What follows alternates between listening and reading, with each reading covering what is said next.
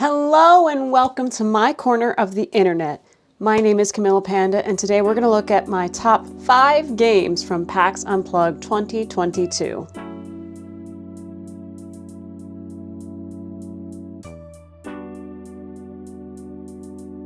Oh, where do I begin? I have been a board game collector since 2015, and I have at least over 120 board games right now, not including what I got at PAX Unplugged, which was kind of a lot. It all started way back in college with Cards Against Humanity, as I think anyone in 2015 who got into board games knew about. Then I picked up this wonderful game called Boss Monster, and then I learned how to play Catan, and it just kind of kept growing since then. I haven't stopped.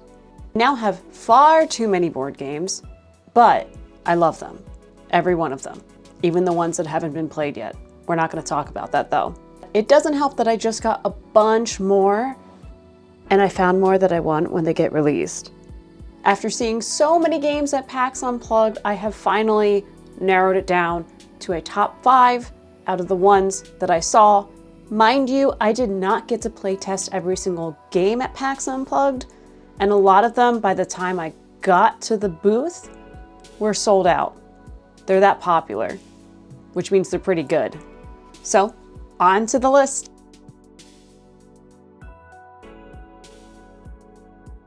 The first game I want to talk about is this game called Not So Neighborly by fambam.games. This game was created by two sisters, and it's their first game, which happened to have sold out at PAX Unplugged. I may have been the person to buy the last copy of this game that was available there, and it was a very cute moment. But once they showed me how the game worked, I knew immediately I needed it. Also, there is this little guy right here, this character. Yeah, absolutely adorable. It reminded me of my cat. You can't blame me. Look at him. Look at him. Oh, camera. There we go. Look at him. So cute. And also 100% my cat. This adorable game is super easy to pick up. It is a game where you are trying to build your neighborhood while destroying everyone else's. It's a race to be the first person to build your neighborhood. It is ages 7 and up, takes 2 to 4 players to play, and takes about 15 to 20 minutes to actually play the whole game. What I love the most about this game is the art style, how easy it is just to pick it up and teach others how to play it, and that it's something a bit more casual and fast-paced. As much as I adore very strategic board games and games that are very complicated, it's nice just to be able to sit down with some friends, and maybe if you only have a little bit of time, or you want to get through quite a few different board games, you can easily just show them for one round, and then you're off to the races, and you're totally good. Moving on, I have to start this section off with a single question. Are you a master dater? Be honest with yourself here. It's okay. Most of us aren't. And now we have a game that will help us prove if we are or not. Especially since those on Tinder are not getting the hint these days that they are not the best at dating. Most likely. Master Dater is the new game from Cyanide and Happiness. Yes, I mean like the webcomic. The one from when I was in high school. That one. In this silly game, one player is the sexy single and everyone else is trying to be their perfect date by matching up a head and body based on the 3 cards that the sexy single draws. It's silly, it's goofy, it's fun, and you also have to do a presentation as to why you are a perfect match, which I find absolutely hysterical because I'm sure someone's going to find the worst reason possible to be the perfect person for someone else. We all know it's the truth. This game is for 3 to 6 people, ages 14 and up, and it takes about 20 minutes to play. Oh, and there is a Not Safe for Work expansion, which is your typical Cyanide and Happiness humor. Wanted to give everyone the forewarning. It's... You know what to expect if you've read the comics. It also happens to look like a typical day in my DMs. Unfortunately, because people are weird. The base game you can get for $30, of course. What I like about this game is how silly and goofy it is, along with this is another game you can easily pick up with friends who might not like more strategic board games and they just want to goof around. It's a game that someone really has to know your sense of humor to really play it well. It's just easy to play. It's nice. Have you ever set up for a party and then the entirety of your drink hoard was stolen by monsters, and then you had to like go through a dangerous adventure and cave to go get your drink hoard, but then everyone else you came to go drink with was also like, man, let me do this too, and they tried to take the glory for themselves? No? Well, you could in Heroes of Arcadia by Rollercrit. This 21 plus drinking board game has players exploring a puntastic dungeon, all in search of the missing drink hoard. Booby trap spots, gather items, defeat monsters and various bosses. Drinking hoppy adult beverages is optional. If you do choose to drink responsibly, or be like me and just use water. Hydrate. And also, please only play this game as a drinking game if you are of the legal drinking age. Please. This game is 2 to 6 players and takes between 30 and 90 minutes. And again, it is 21 and up. Now, this game was a Kickstarter. They did have some available at PAX Unplugged. The website currently says coming soon on anything. So if you have Kickstarted the game, you're getting it soon. You'll just have to keep checking back when the game is going to be available. Additionally, I do have an affiliate code with them.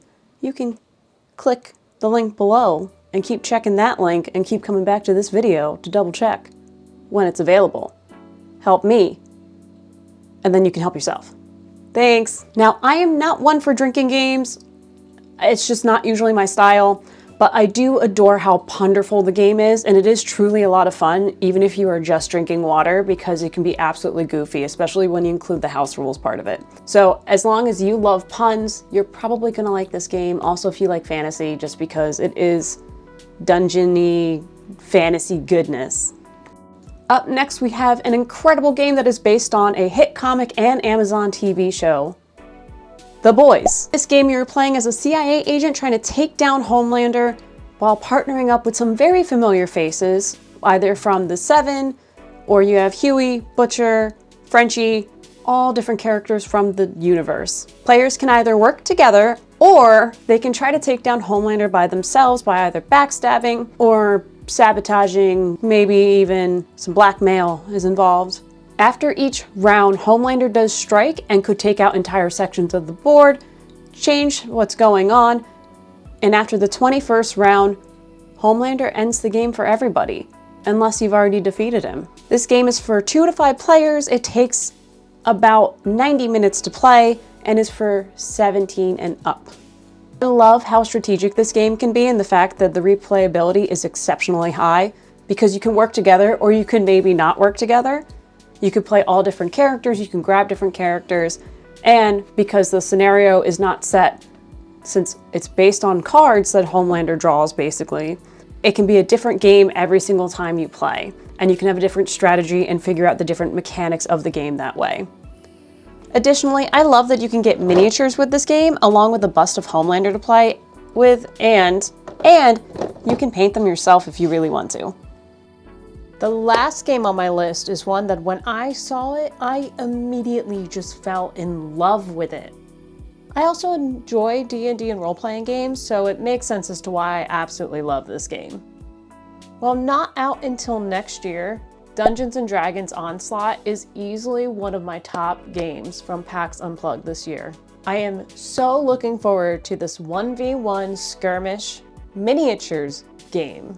I personally feel like this is going to be one of the best ways you can get someone into the world of Dungeons & Dragons. You don't have to make a character sheet, you learn the combat mechanics, and you get to just have your standard D&D fun without the one thing that I hear constantly from new players is overwhelming. This game is brought to you by WizKids. The base game for 2 players is going to be $130. And I know it's a bit more on the pricey side of things, but it was incredibly fun. It is a great stepping stone to Dungeons & Dragons, and the Forgotten Realms, since that's what it's based in. And honestly, it was just so much fun to play. And again, it comes out early 2023. Thank you for watching this video, and if you happen to have liked this video, please go like it, subscribe to my channel for more video game, board game, and content creator videos coming your way in the next few months. Thanks for hanging out. Bye!